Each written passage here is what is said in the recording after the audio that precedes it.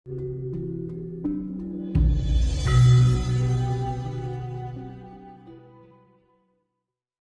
mainstream maupun media sosial, salah satunya ada Prabowo, ada Ganjar Pranowo, dan ada Anies Baswedan.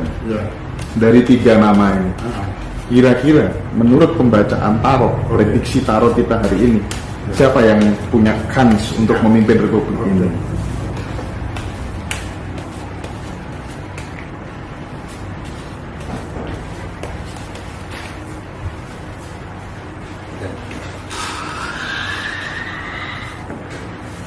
Prabowo, Ganjar, Oke.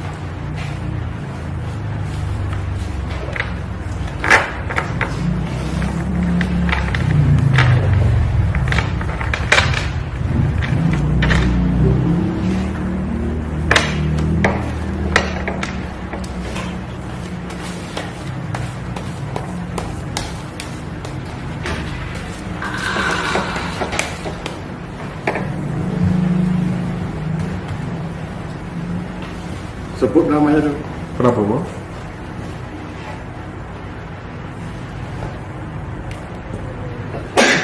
Sebut namanya lagi. Anies, Ambil satu. langsung dibuka. Ya, buka. Sebut namanya sudah di apa, Ganjar aja. Sana gitu.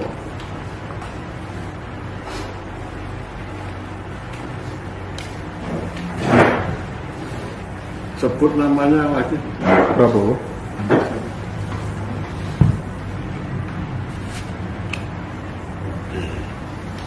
Sebut namanya lagi.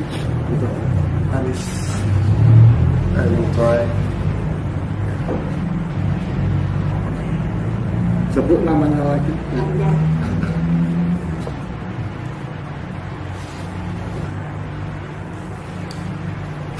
Kartu ini bisa dikatakan tidak ada yang jomplang, ya.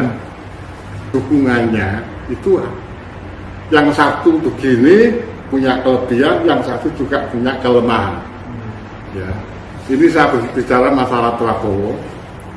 Ini adalah the power, pemimpin yang itu istilahnya kalau dia berdiri tegak-tegak, dia bisa menancapkan sesuatu hal yang jelas, bahkan dia dengan kekuatan powernya untuk menegakkan itu, ya. Ini bagus ini, dan itu dia bisa melakukannya. Ya. Tapi aku tidak mengatakan ini kan berbicara kalah dan menang. Ya. Dia punya sisi itu. Ini sekarang bicara masalah Anies. Anies itu diibaratkan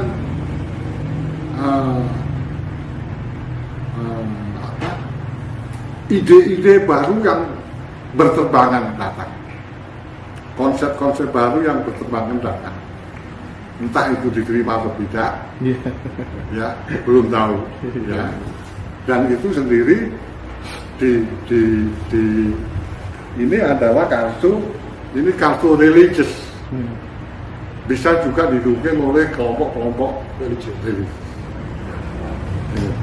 Ini sesuatu yang muncul, yang datang dengan serempak, yang entah itu belum tahu itu diterima atau tidak. Kalau berbicara Ganjar, saat ini dia bahasanya terpuyok-puyok. Bahkan dia nggak punya duit kalau nonton ini dalam situasinya yang minim keuangannya. Tetapi di lain pihak dia di backup oleh duit yang banyak sekali. Dia di backup, dia nggak punya duit tapi di backup dengan duit bahkan yang tidak terhingga. Yang tidak terhingga. Jadi oligarki.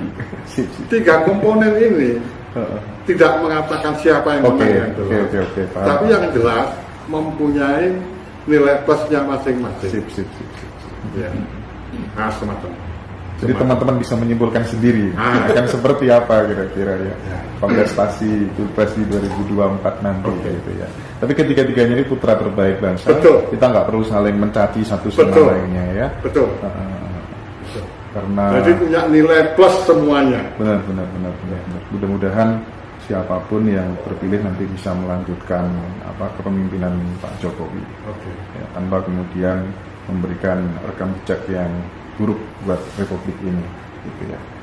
Itu Pak Wid. Jadi selama ini Pak Wid sering jadi konsultan tarot nggak kira-kira? Ya, saya praktek tarot itu sebenarnya hampir 30 tahun ini. Oke. Sudah lama. Saya merinding tadi mendengar pembacaan-pembacaannya. Prakteknya di Surabaya, di Hotel Tunjungan. Siap. Di pasar di Surabaya Gangsari. Bahkan saya dulu, guru saya orang ahli spiritual dari Amerika, Madam Maria Durbugle, itu dia menyarankan saya untuk membuka kartu tarot karena saya mempunyai kapasitas intelektual bisa mengekspresikan itu. Waduh. Mula bukanya di situ. Nanti kita bisa tata konsultasi tarot online dengan kami, Pak. Pak, terakhir sebelum saya geser ke Pak Outram ya. Sebelah kirinya panjenengan itu kemarin nyalon kepala desa, Pak.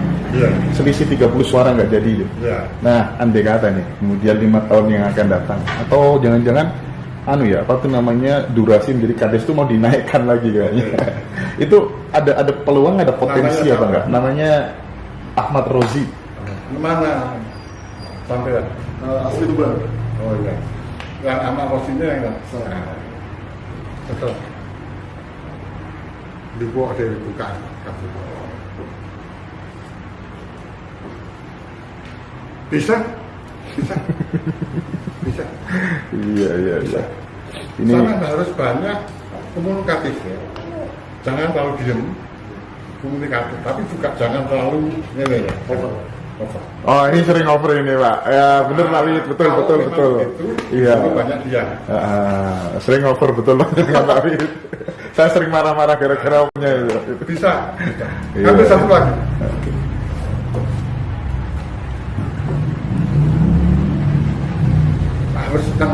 Sampai harus punya dukungan selain keluarga.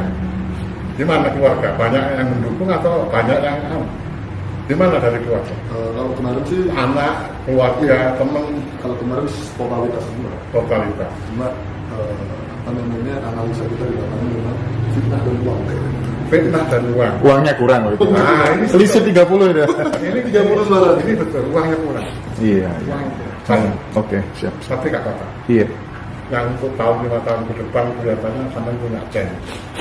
Cuma harus punya strategi. Strateginya apa? Dia. Oke, sip. Sepakat ya. Teman-teman semuanya, jadi kita ketemu ahli tarot yang sangat realistis pembacaan dari 3 kasustis yang kita kasih tadi. Nanti mungkin teman-teman yang ingin konsultasi tarot secara online bisa menghubungi kita di kontak person kita. Nanti kita taruh di deskripsi. Mudah-mudahan Pak Wid mampu memberikan pencerahan, solusi-solusi jembatan bagi teman-teman yang banyak dilema problem kehidupan gitu. Saya langsung geser ke Pak Outram ya. Ini saya geser ke Pak Outram. Ya, Ki Suryo monggo langsung bergabung dengan kami, Ki Suryo. Monggo, kami persilahkan. Duduk mana sini ya? Saya ke situ. Boleh. Monggo sini Mas. Kita ketambahan Ki Suryo ya. Ada Ki Suryo ya, dulu pernah kita wawancara juga beliau. Nah, sekarang kita berjumpa lagi ya. Nah, sekarang saya geser ke Pak Outram Sumarto. Nah, benar ya Pak namanya, benar ya? Oke Pak. Jadi kita ingin sedikit ingin tahu pikiran-pikiran Pak Outram ini terkait dengan spiritual Jawa itu kira-kira seperti apa? Nah, nanti kita lanjut diskusi. Monggo. Oke, terima kasih Rahayu. Rahayu. Jadi gini, berapa bulan belakangan ini selalu banyak kejadian. Oke. Kejadian musibah. Monggo Kiseryo mriki. Ya, monggo langsung Ada ya. gempa, ada longsor Nggih. dan sebagainya. Bahkan ada gempa yang berulang tahun Iya, meletus itu, Gunung Semeru. Gunung Semeru. Tahun yang lalu Ulang tahun ya. itu meletus banyak korban. Dan sekarang bulan ini, bulan Desember ini erupsi lagi. Kenapa? Kok jadi gitu? Sesuai dari penjelasan Pak Jati tadi ya, saya sudah setuju mengenai beberapa tempat akan ada suatu kejadian. Perlu diketahui bahwa alam semesta ini prinsipnya adalah terbentuk, bertahan, rusak, dan musnah. Itu untuk alam semesta. Terbentuk, bertahan, rusak, dan musnah. Sedang untuk manusia, lahir, tua, sakit, mati. Itu. Untuk karakter alam semesta sendiri adalah sejati, baik, sabar. Mungkin banyak yang belum paham mengenai kejadian-kejadian yang 5.000 tahun lalu. Bahwa alam semesta termasuk bumi kita itu dimusnahkan, ditenggelamkan. Yang katanya ternyata Nusantara sudah pernah kiamat berkali-kali itu. Berkali-kali. Ya. Dalam penuturan yang saya baca dari guru saya itu masih belum sampai ujungnya. Itu sudah 81 kali alam semesta ini dimusnahkan, diganti dengan manusia terbaru. Dan ada suatu negara di Afrika Barat namanya Gabon. Itu penghasil uranium.